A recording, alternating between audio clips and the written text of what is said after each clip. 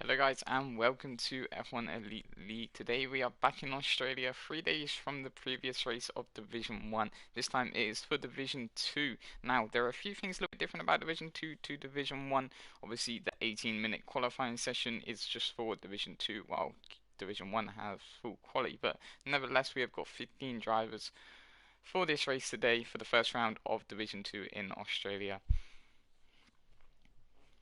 As you can see, a few drivers we would have seen in Division 1 race, that would be FC Danger and Ruthless, Motti, and there was one other, but I appear to have forgotten who that was, and it was Paro. So those are the four drivers that we already know of, and we do know a few of them have got very good pace indeed. So it'll be interesting to see how they get on today, and it does appear to be a little bit different conditions to what Division 1 was like.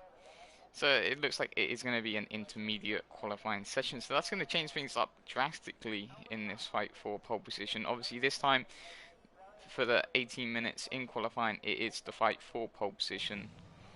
So whoever sets the fastest lap will be starting on pole. Now because it is also wet, they'll all be starting on the chosen tyres of their choice, and it looks like Sydney is the first one out of the pits. He is in the AlphaTauri team. His teammate is Assassin, it looks like they're still in the pits along with the other 14 drivers. So it won't let me change camera angle, and that is really annoying me. But it will let me. Why can I not change the camera angle? Can somebody else come out and I can try and. It appears I am stuck on. There we go. There we go. It is fixed itself. So that is very weird indeed. But anyway, we've managed to sort it out. So there is 17. No, oh no, there's 16. 16 corners to this circuit. Obviously, it is not the brand new circuit that is being built. It's still the old one. So hopefully next year or next game we will have the brand new circuit, which will be very interesting indeed, as it does appear to be a little bit faster than the current one.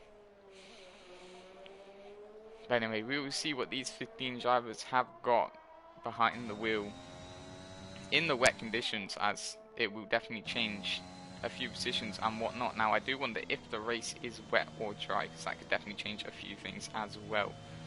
But we'll stay on board with Sydney as he comes to start his hot lap in 4 corners time, and we will just follow him through and see what times he sets in sector 1, 2 and 3, and obviously that will be the time they will all be chasing, unless of course he does invalidate it. Then the next one we will be watching, I believe that is Ruthless, yes it is, and we do know he is very quick indeed after his Division 1 performance 3 days ago.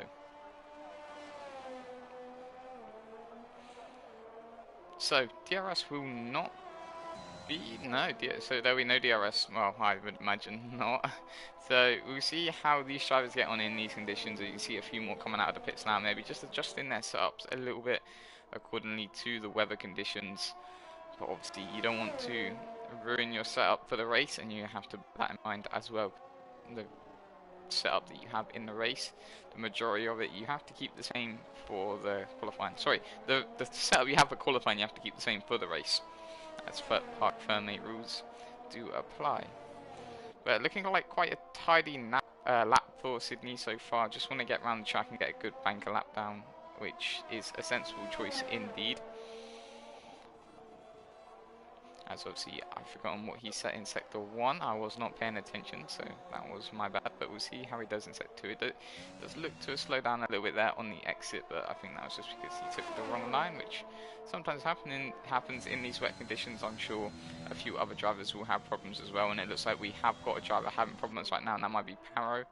Looks like Paro has spun round on the exit of turn 2, so he is already finding these conditions a little bit tricky, but as the qualifying session does go on, I'm sure they will get more used to the conditions and be able to get that much faster lap times indeed. Obviously if the track does dry up, there will be quicker lap times. If it gets worse, then these people that are going to be getting their laps in early will be benefiting greatly from this. But anyway, the time they'll all be chasing will be Sydney's time, as he is not invalid.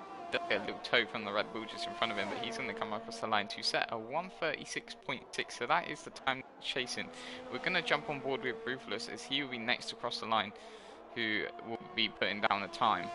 and he's going to put down a 1:35.7, so it goes 9 tenths quicker than Sydney. So next across line, I believe that is Kufo just starting a lap. Then it is Sicario. Oh no, hold on. He messaged me how to say his name. I need to get this right, else I'm going to be very disappointed. But he comes across the line to set a very quick lap indeed, a 1:34.7. He goes 1 second quicker than Ruthless. That is a very strong lap indeed, right? It's Sicario. Right, Sicario. Sicario goes on to provision pole as it stands. Next across the line, looks like it will be Motti. No, looks like it will be Yok. Oh, mate. Why have you guys got such difficult names for? We'll just call him the Ferrari driver. So he's going to come across the line set at 1:44.8. Currently the slowest of them all, maybe taking an extra lap to warm up his tyres. Next across the line looks like it is Paro, who does a 1:58 as well. So he looks like he might be struggling a little bit. It does look like we've got a McLaren spinning there. But after the McLaren, looks like we've got the AlphaTauri just coming through the final corner now onto the main straight. He's going to be setting a 1:37.7. So currently the times are very spread out indeed, and that is normally how it is in these wet conditions. FC Danger sets a 1:39.9. His teammate, however, has invalidated, but who was that? It looks like the McLaren there sets a 1:49 after his spin. That's still quick enough for P7.